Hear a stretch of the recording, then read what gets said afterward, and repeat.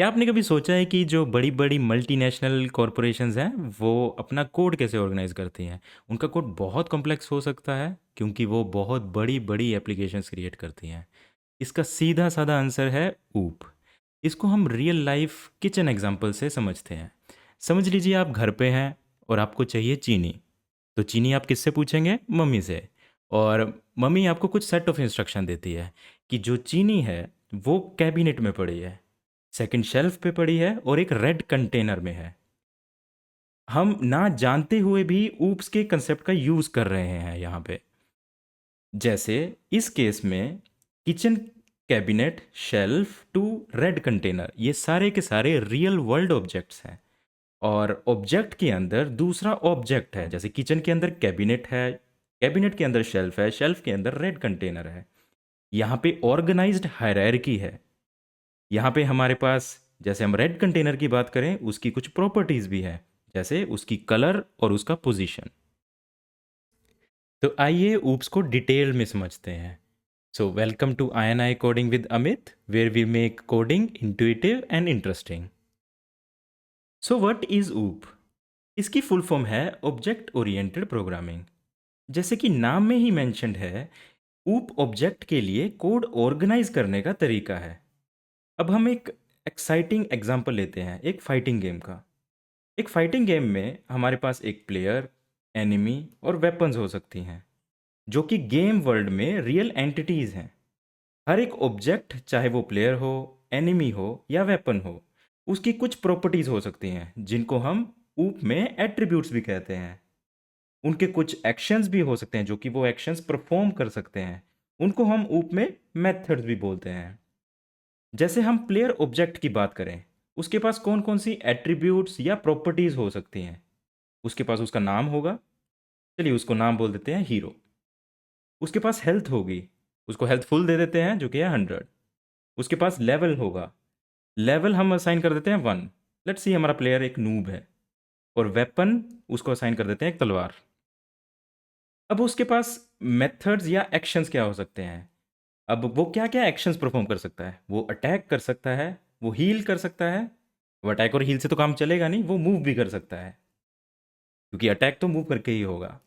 तो अब हम जस्ट फॉर फन अपने प्लेयर को अटैक करते हुए देखते हैं।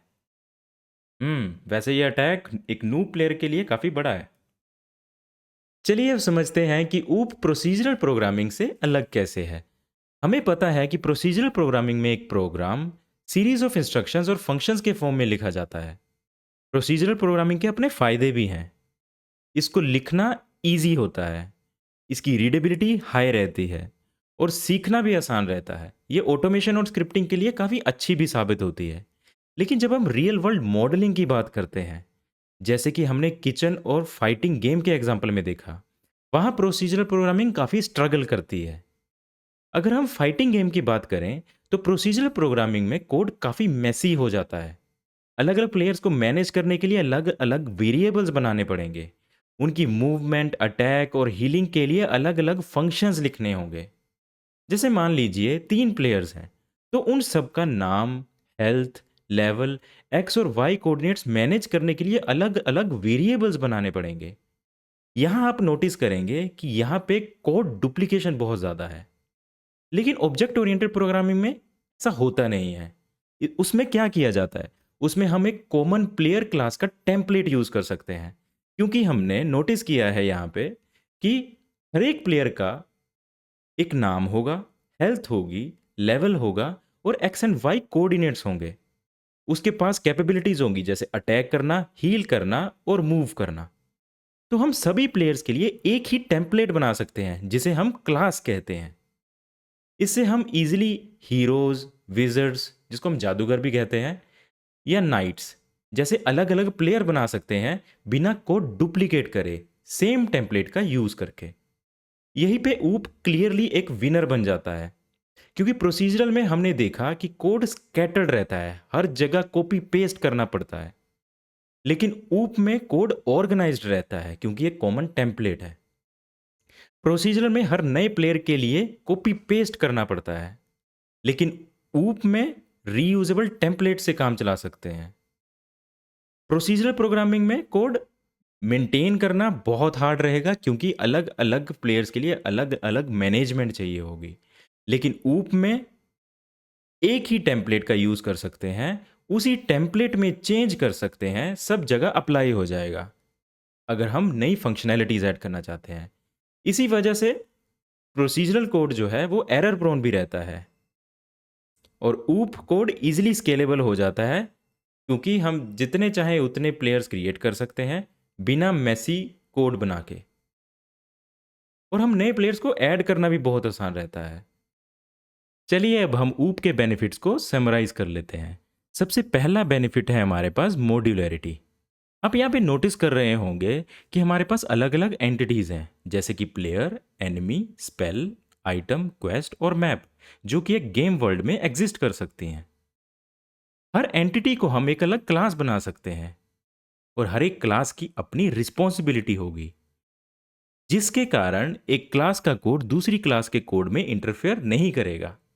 इससे हमारा कोड बन जाता है मॉड्यूलर क्योंकि वो पार्ट्स में डिवाइड हो चुका है। अगर हमें प्लेयर में कुछ चेंजेस करने हैं तो हम प्लेयर क्लास में चेंजेस करेंगे। अगर हमें एनिमी में कुछ चेंजेस करने हैं तो हम एनिमी क्लास में चेंजेस करेंगे। इस वजह से चेंजेस करने बहुत ईजी हो जाते हैं।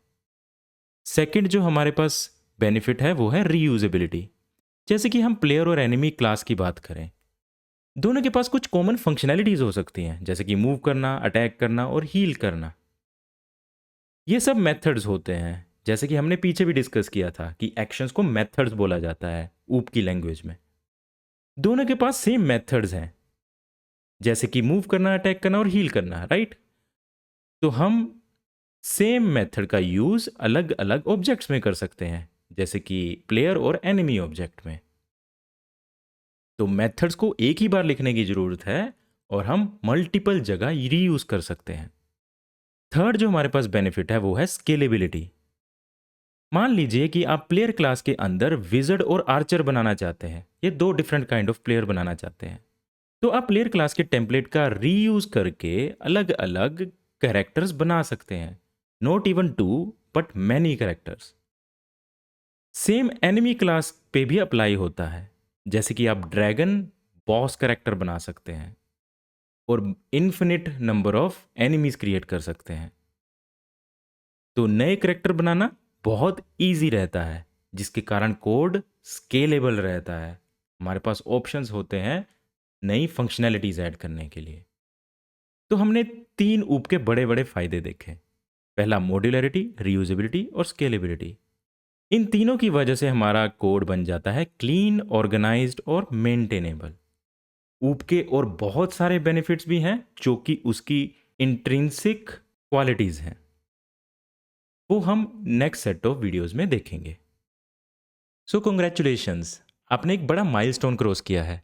आपने वो कर दिखाया है जो बहुत सारे लर्नर शुरू भी नहीं कर पाते हैं, जो कि है शुरुआत करना। आगे बढ़ते हुए हम देखेंगे कि क्लासेस कैसे डिफाइन करते हैं, उन क्लासेस से ऑब्जेक्ट्स कैसे बनाते हैं और इनिट मेथड क्या होता है। हम ये भी देखेंगे कि एक ही क्लास का टेम्पलेट यूज़ करके हम अलग अलग ऑब्जेक्ट्स कैसे बना सकते हैं। So thank you for watching. अगर आपको वीडियो पसंद आई हो तो please like, share and subscribe.